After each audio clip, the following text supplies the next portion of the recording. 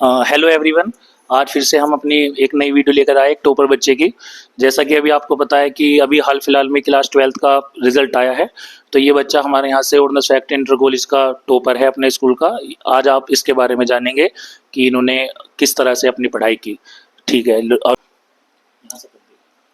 Hello, मेरा नाम आर्यन है। मैं भैया के ट्यूशन में 2025 वाले बैच में था।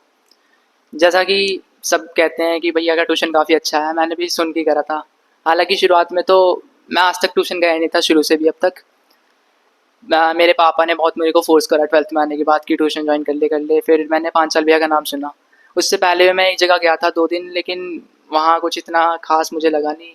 फिर मेरे फ्रेंड्स जाते थे भैया के पास, तो उन्होंने मेरे को बताया कि हाँ भैया अच्छा पढ़ाते हैं। फिर मैंने ज्वाइन करा तो मेरा ओवरऑल एक्सपीरियंस तो काफ़ी अच्छा रहा।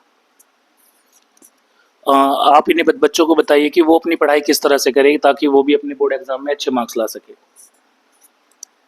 एक तो बच्चे गलती सबसे बड़ी करते हैं कि वो लोग लास्ट में आके पढ़ते हैं। तो वो गलती आपको नहीं करनी है, आपको शुरू से ही पढ़ते हुए जाना है। जैसे शुरू शुरू में जोश भी होता है काफ़ी, जब 12th में आते हैं कि हाँ भाई इस साल बोर्ड है, इस साल तो अच्छे से पढ़ेंगे हम लोग। तो वो काफ़ी बच्चे गलती कर देते हैं कि आते आते 10 दिनों के बाद ही सारा जोश ख़त्म हो जाता है। तो मैं तो कहूँगा कि आप शुरू से ही रहें, जोश जो बना हुआ है आपका उसको कंटिन्यू रखें आप, और साथ साथ पढ़ते रहें। भैया भी साथ साथ पढ़ाते रहते हैं, न्यूमेरिकल्स कराते हैं साथ साथ ही। टॉपिक जैसे एक ख़त्म हुआ तो उसके जस्ट बाद आपको न्यूमेरिकल्स भी कराते हैं, उससे रिलेटेड जो प्रीवियस ईयर क्वेश्चन होते हैं यानी PYQ, वो भी भैया काफ़ी कराते हैं। तो उसको आप कंटिन्यू कर सकते हैं। अच्छा, जैसे कि आजकल बच्चों का बहुत ज़्यादा कंसर्न होता है जेई के और नीट की तरफ कि बहुत सारे बच्चे 12th करने के बाद कोशिश करते हैं कि हम नीट का एग्ज़ाम दें, जेई का एग्ज़ाम दें। तो हम भी अपने यहाँ पे बैच में ऐसी कोशिश करते हैं कि बच्चे को मोर देन जितने भी सिलेबस में न्यूमेरिकल है उनसे भी ज़्यादा उन्हें न्यूमेरिकल थोड़े से करवाए, जिससे कि उनकी नीट और जेई के लिए भी थोड़ी बहुत प्रिपरेशन होकर चले। क्योंकि नीट और जेई का भी जो ज़्यादातर फोकस होता है वो न्यूमेरिकल्स प्रॉब्लम के ऊपर होता है। तो आपको लगता है ऐसा कि जितने हमारे यहाँ पे न्यूमेरिकल्स कराए जाते हैं अगर उन्हें बच्चा अच्छे से तैयार करे तो उसका न्यूमेरिकल का कंसेप्ट अच्छा हो सकता है, या वो नीट या जेई के लिए भी प्रिपेयर अपने आप को कर सकता है या नहीं? जैसे कि ये मैंने पहले भी कहा, भैया टॉपिक वाइज कराते रहते हैं न्यूमेरिकल्स। तो न्यूमेरिकल्स कभी कम तो पढ़ते नहीं है, भैया कराते रहते हैं अच्छे से। और भैया पहले भी बता भी देते हैं कि ये किस साल आया था क्वेश्चन। कभी कभी भैया जेई के भी क्वेश्चन करा देते हैं, तो वो एक प्लस पॉइंट है ट्यूशन का। और बाकी आप अपनी भी प्रैक्टिस कर ही सकते हैं। देखिए, आपको इतना बड़ा एग्ज़ाम देना है तो आपको खुद तो प्रैक्टिस करनी पड़ेगी, जैसे भैया कराते हैं तो। अच्छा, हमारे यहाँ पर जो मोस्ट ऑफ द बच्चों का होता है वो ये होता है कि वो पूरे साल तो पढ़ते नहीं है और लास्ट में आकर अक्टूबर या नवंबर में जब हाफ ईयरली एग्जाम हो जाते हैं और हाफ ईयरली एग्जाम के बाद वो एक बार कह दो कि झटका खा लेते हैं, मतलब फेल हो जाते हैं। तो उसके बाद वो सोचते हैं कि अब पढ़ लिया जाए, है ना। तो उस टाइम पर वो हमारे पास आते और उस टाइम तक हमारा मोर देन 90% सिलेबस कंप्लीट हो चुका होता है, क्योंकि हमारे यहाँ पर जो बैचेस है वो 12th के 20 मार्च या 1 अप्रैल के बीच में स्टार्ट हो जाते हैं। तो फिर ऐसे बच्चों को अपनी तैयारी किस तरह से करनी चाहिए? तो जैसे भैया ने कहा कि जो सोए रहते हैं पूरे साल, लास्ट में याद आता है। तो उसके बाद लास्ट में भैया एक रिविजन बैच भी लाते हैं।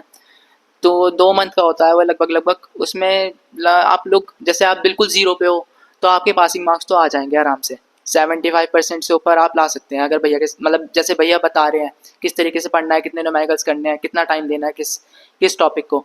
तो आप अपनी परसेंटेज काफ़ी बूस्ट कर सकते हैं। और यदि आप बिल्कुल शुरू से पढ़ते हुए आ रहे हैं भैया के साथ साथ ही, आपकी प्रिपरेशन अच्छी है, तो रिविजन बैच ज्वाइन करके आप अपनी परसेंटेज को बूस्ट कर सकते हैं काफ़ी ज़्यादा। जैसे आपका पहले 85% का था, तो आप उसको 90 अबव कर सकते हैं अपने आप को। अच्छा, आपने भी हमारे यहाँ पे रिवीजन बैच ज्वाइन किया था, तो रिवीजन बैच के बारे में बताइए थोड़ा सा कि कैसा एक्सपीरियंस रहा आपका? रिविजन बैच मेरा तो अच्छा रहा वैसे तो। हालांकि मैं ज़्यादा जा नहीं पाया था, अटेंड नहीं कर पाया था, क्योंकि लास्ट में आते आते मेरी थोड़ी हेल्थ इश्यूज़ होने लग गए थे। क्योंकि पेपर का प्रेशर ज़्यादा हो रहा था मेरे ऊपर, और थोड़ी इसी कारण मेरे थोड़ा खाने पीने में भी ऊपर नीचे हो गया था थोड़ा। लेकिन जितने दिन मैं गया उतने दिन तो काफ़ी अच्छा रहा मेरा एक्सपीरियंस, क्योंकि भैया वीकली टेस्ट भी लेते रहते थे काफ़ी सारे। और भैया न्यूमेरिकल्स ज़्यादा कराते थे उस टाइम पे, क्योंकि रिविजन बैच में थ्योरी तो पहले ही हो गई थी हम लोगों की कंप्लीट शुरू में ही। तो न्यूमेरिकल्स पे ज़्यादा ध्यान था, तो न्यूमेरिकल्स काफ़ी अच्छे हो गए थे हमारे। अच्छा, काफ़ी बच्चे आगे कहते हैं कि भैया आपकी रिवीजन बैच की फ़ीस थोड़ी ज़्यादा है, कि रिवीजन बैच की जो आप फ़ीस रखते हो वो लगभग ऐसा रखते हो कि 2 महीने का बैच है और लगभग 4 महीने की फ़ीस रखते हो या साढ़े 3 महीने की फ़ीस रखते हो। तो मैं मतलब बच्चों को ये बताना चाहता हूँ कि आप बताइए, जो आपका रिवीजन बैच चल रहा था, हमारे यहाँ पे रिवीजन बैच में एवरी संडे क्लास होती है, मतलब सातों दिन क्लास होती है, उसमें कोई छुट्टी नहीं होती। और काफ़ी बार तो ऐसा भी होता है मतलब कि बच्चे 4-4 घंटे 3-3 घंटे वहीं पर फिजिक्स ही पढ़ रहे हैं। तो उसके बारे में बताइए आप बच्चों को थोड़ा। तो हमारी 6 दिन तो पूरी क्लास चलती थी, मंडे से सैटरडे तक, वहीं 1.5 घंटे वाली हमारी क्लास। और पहले उसके बाद फिर जब संडे का दिन आता था उसमें भैया एक्स्ट्रा क्लास लेते थे हमारी, 3 या 4 घंटे की हो जाती थी कभी कभी, तो हम लोग तो बैठे बैठे थक जाते थे बहुत ज़्यादा। बीच में थोड़ा बहुत हालांकि ब्रेक भी मिल जाता था, लेकिन भैया कंटिन्यू रखते थे, हमारा मतलब मोमेंटम जो बना रहता था क्वेश्चन सॉल्व करने का या फिर पढ़ने का हमारा जो रहता है वो बना रहता है बोर्ड तक भी। और भैया बीच बीच में टेस्ट भी लेते रहते हैं, यूनिट वाइज लेते हैं और वो भी टेस्ट, तो उससे काफ़ी हेल्प मिलती है। अच्छा, जो टेस्ट होते हैं वो भी लगभग 2 घंटे 3 घंटे के टेस्ट होते हैं।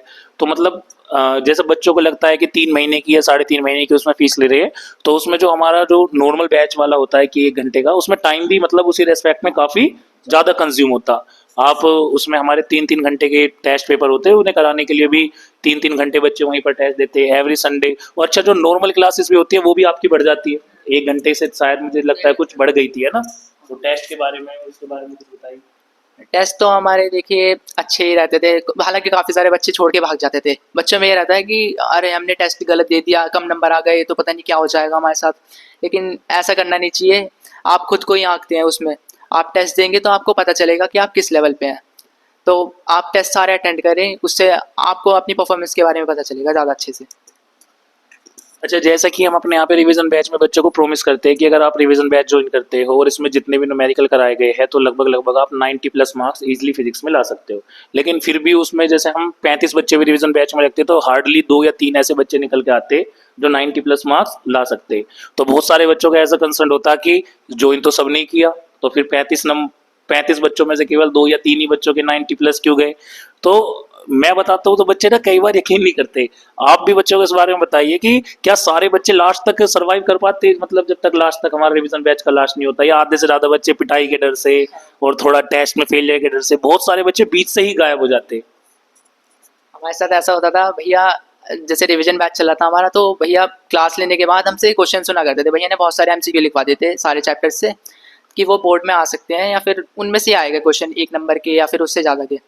तो भैया लास्ट में सुनते थे, तो उस डर के हमारे बच्चे काफ़ी सारे बच्चों ने ट्यूशन छोड़ दिया था टेस्ट के का। जब भैया टेस्ट लेने चाहते थे तो भैया ने कहा था कि फ़ाइन भी लगाऊंगा इस पर, वैसे हालांकि लिया नहीं हमसे। फिर भी भैया ने कहा था कि फ़ाइन लगाऊंगा मैं अगर जिसके कम नंबर आए, तो उसमें भी काफ़ी सारे बच्चे गायब हो जाते थे। तो वो बच्चे डर जाते हैं और चले जाते हैं। तो आपको अपनी परफॉर्मेंस के बेस पर ही तो आपके मार्क्स मिलेंगे, आप जितनी मेहनत करेंगे आपको उस हिसाब से ही मार्क्स मिलेंगे। जो ज़्यादा मेहनत कर पाता है वो 90+ ले आता है। अब जो सारे बच्चे देखिए, 100 में से मुश्किल से 3 या 4 बच्चे ही ला पाते हैं इतने नंबर्स, क्योंकि उन्होंने मेहनत करी होती है शुरू से ही और एंड तक लगे रहते हैं वो। जो बच्चे छोड़ देते हैं बीच में ही, छड़ मतलब शुरू से नहीं पढ़ते, उनके ऐसे नंबर आते हैं, फिर वो बाद में कंप्लेन करते हैं कि हमारे साथ तो ये हुआ, हमारे साथ वो हुआ। अच्छा, मतलब मेरा कहने का मतलब ये है कि हम अपने रिवीजन बैच में 90+ मार्क्स की जो बच्चों से प्रॉमिस करते हैं, वो तब प्रॉमिस कंप्लीट होता है अगर बच्चा भी पहले ही दिन से रिवीजन बैच के और लास्ट डे तक उसी कंपैटिबिलिटी में हमारे साथ साथ चलता रहे। मतलब जैसे हम पढ़ा रहे हैं, जैसे हम उसमें क्वेश्चंस करा रहे हैं, न्यूमेरिकल करा रहे हैं, वो हैंड टू हैंड घर पे जाकर उनकी प्रैक्टिस करता रहे, हैंड टू हैंड टेस्ट दे, जैसे ही टेस्ट हो उसकी कंप्लीट प्रिपरेशन करके आए। लेकिन बच्चे करते क्या है ना कि कुछ बच्चे, अगर 35 बच्चों का बैच होता तो उसमें से 25 बच्चे ऐसे निकल के आते हैं जो टेस्ट में कम नंबर मार्क्स लाते हैं, टेस्ट के टाइम पे पढ़ के नहीं आते, फिर टेस्ट छोड़ देते हैं और लास्ट में जाकर उन्हें ऐसा लगता है कि हमारे तो 90+ मार्क्स आए नहीं। लेकिन अगर क्या तुम्हारे अकॉर्डिंग अगर कोई बच्चा स्टार्टिंग से और लास्ट तक बैच के साथ साथ चलता रहे तो क्या वो 90+ अचीव कर सकता है? नहीं। देखिए, स्टार्टिंग से लास्ट तक अगर आप बने रहेंगे भैया के साथ, आप मतलब जैसा भैया बता रहे हैं किस तरीके से पढ़ना है, कितने न्यूमेरिकल्स करने हैं, टेस्ट कब देने हैं आपको, कितनी प्रिपरेशन करनी है किस टॉपिक की, तो डेफिनेटली आप 95+ ले आ सकते हैं। 90+ भी नहीं कहूँगा, 95+ ला सकते हैं आप आराम से। चलो ठीक है आर्यन, बहुत अच्छा लगा आपसे बात करके, बच्चों को आपने थोड़ा सा कुछ बताया। अच्छा, बच्चों को आप ये और बताइए कि हिंदी इंग्लिश के लिए बच्चे ना थोड़ा सा बहुत ज़्यादा वो रखते हैं कि हिंदी इंग्लिश बहुत ही कम पढ़ते हैं। मुझे लगता है तुम्हारे भी हिंदी इंग्लिश में नंबर कम हो गए, है ना? तो मैं हर बार बच्चे को ये समझाता हूँ कि जब भी आप टॉप करने के बारे में सोचते हो तो टॉप का मतलब है पांचों सब्जेक्ट, क्योंकि हिंदी इंग्लिश को पढ़े बिना आप बिल्कुल भी टॉप नहीं कर सकते। तो बच्चों को अपने बारे में बताइए कि आपने हिंदी इंग्लिश में पढ़ाई कैसे करी, कितने मार्क्स आए, और क्या मिस्टेक आपसे हुई हिंदी इंग्लिश की तैयारी करने में जो दूसरे बच्चों को नहीं करनी चाहिए। जैसे कि बच्चे पूरे दिन, जैसे मेरी स्ट्रीम पीसीएम थी, तो पीसीएम में लगे रहते हैं बच्चे पूरे दिन, हिंदी इंग्लिश को बिल्कुल छोड़ देते हैं, बिल्कुल पढ़ते नहीं हैं, उनकी तरफ देखते भी नहीं है। तो आपको करना क्या है, आपको जैसे पहले आपने मैथ लगा ली, 2 घंटे 3 घंटे आपने मैथ पढ़ ली, आपको मन खराब हो गया, मतलब आपका मन नहीं कर रहा पढ़ने का उसे, तो उस बीच में हम 10-15 मिनट का ब्रेक लेके आप हिंदी या इंग्लिश कोई सा भी सब्जेक्ट लेके उसे पढ़ लें, बस ऐसी चैप्टर को ऐसी आप अपनी रीडिंग कर लें, तो उससे आपकी काफ़ी प्रिपरेशन हो जाती है, उससे काफ़ी हेल्प हो जाती है आपकी। हमारे में थोड़ा, हमें स्कूल में तो अच्छे टीचर थे खैर हमारे हिंदी के, हमारे हेमनाथ सर थे, उन्होंने काफ़ी अच्छा पढ़ाया, हमें शुरू से ही काफ़ी अच्छा पढ़ाया था, तो हिंदी में इतनी दिक्कत हुई नहीं थी। इंग्लिश में हाँ थोड़ी बहुत दिक्कत हुई है, लेकिन इस बार थोड़ी कॉपी भी पता नहीं किस तरह से चेक हुई है, उसका तो मैं कुछ कह नहीं सकता, बस इतना ही है मेरा तो। अच्छा, हिंदी इंग्लिश में तुम्हारे कितने मार्क्स आए? बच्चों को हिंदी इंग्लिश के मार्क्स के बारे में बताओ। मेरे हिंदी में 84 आए हैं और इंग्लिश में मेरे 75 है, हालांकि मैं सेटिस्फाइड हूँ नहीं, मैं मतलब मुझे लगता नहीं है इतने कम आ सकते हैं मेरे, क्योंकि लास्ट ईयर भी मेरे काफ़ी अच्छे मार्क्स थे इंग्लिश में। इंग्लिश में हालांकि सबसे ज़्यादा मार्क्स थे मेरे, 90 प्लस थे 11th में भी। तो इस साल पता नहीं कॉपी के हिसाब से चेक हुई है वो मुझे नहीं पता, देखिए मैं उस बारे में कुछ कह नहीं सकता अब। अच्छा, एक बच्चों का जो मेन कंसर्न है पीसीएम स्ट्रीम के बारे में, पीसीएम स्ट्रीम के बारे में बच्चों का मेन कंसर्न ये है कि जब बच्चा 10th पास करके आता है, तो बच्चा जब 10th पास करके आता है तो उसके पास पढ़ने के लिए एक ही सब्जेक्ट होता है, मैथमेटिक्स, जब वो 10th पास करता है। क्योंकि साइंस में तो उनके 3-4 चैप्टर होते हैं, बायो में, फिजिक्स में, केमिस्ट्री में, वो बच्चा ऐसे ही कंप्लीट कर लेता है। जब बच्चा 11th क्लास में आता है और पीसीएम लेता है, तो उसके दिमाग में वही चीज़ें चलती रहती है कि जैसे तुम 10th में मैथ पढ़ते रहते थे और साइंस तो याद कर लिया, याद करने से चल गया, क्योंकि 10th का सिलेबस तो वो बच्चा मोस्टली 90% बच्चा 10th का सिलेबस याद ही करता है, जो उसने 10th में जितने भी चैप्टर होते हैं उन्हें वो याद ही करता है, समझने वाले बच्चे बहुत ही कम होते। उसका प्रोस्पेक्टस 11th में भी यही रहता, वो ये सोचता कि मुझे तो बस मैथ्स के सवाल लगाने हैं और केमिस्ट्री और फिजिक्स को तो मैं याद कर लूंगा। तो क्या सिनेरियो सेम है 10th 11th का, या बच्चों को कुछ चेंज करने की जरूरत होती है 11th में आने के बाद?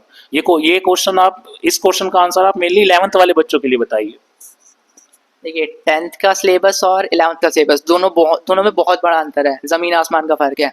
आप जो फिजिक्स 10th में पढ़ते हैं वो किसी भी लेवल की नहीं है 11th की फिजिक्स के सामने, और केमिस्ट्री का भी सेम बताऊंगा मैं।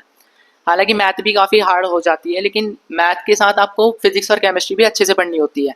फिजिक्स को आप रट नहीं सकते इस बार, ना ही केमिस्ट्री को आप रट सकते हैं, क्योंकि इसमें न्यूमेरिकल्स आ जाते हैं काफ़ी, और फिजिक्स में तो काफ़ी सारे कॉन्सेप्ट होते हैं जिसमें न्यूमेरिकल्स काफ़ी सारे होते हैं और अलग अलग फार्मूलाज होते हैं, तो आपको फिजिक्स पे, मैं तो कहूँगा सबसे ज़्यादा आपको फिजिक्स पे ध्यान देना चाहिए, क्योंकि उसका सिलेबस बहुत ज़्यादा बड़ा होता है। मैथ और केमिस्ट्री के कंपैरिजन में काफ़ी ज़्यादा उसका सिलेबस लेंदी है और थोड़ा टफ भी पड़ता है बच्चों के लिए। यानी कहने का हमारा मतलब यही है कि बच्चों को अपने सभी सब्जेक्ट पर ध्यान देना चाहिए, जितने भी सब्जेक्ट है, किसी भी एक सब्जेक्ट पर या 2 सब्जेक्ट पर फोकस करके कोई भी बच्चा टॉप नहीं कर सकता। टॉप करने के लिए बच्चों को सभी सब्जेक्ट को इक्वल टाइम देना चाहिए, है ना? और अगर वो शुरू से ही अपने टाइम को मैनेज करके चलेगा तो वो 100% डेफिनेटली अच्छे मार्क्स ला सकता है।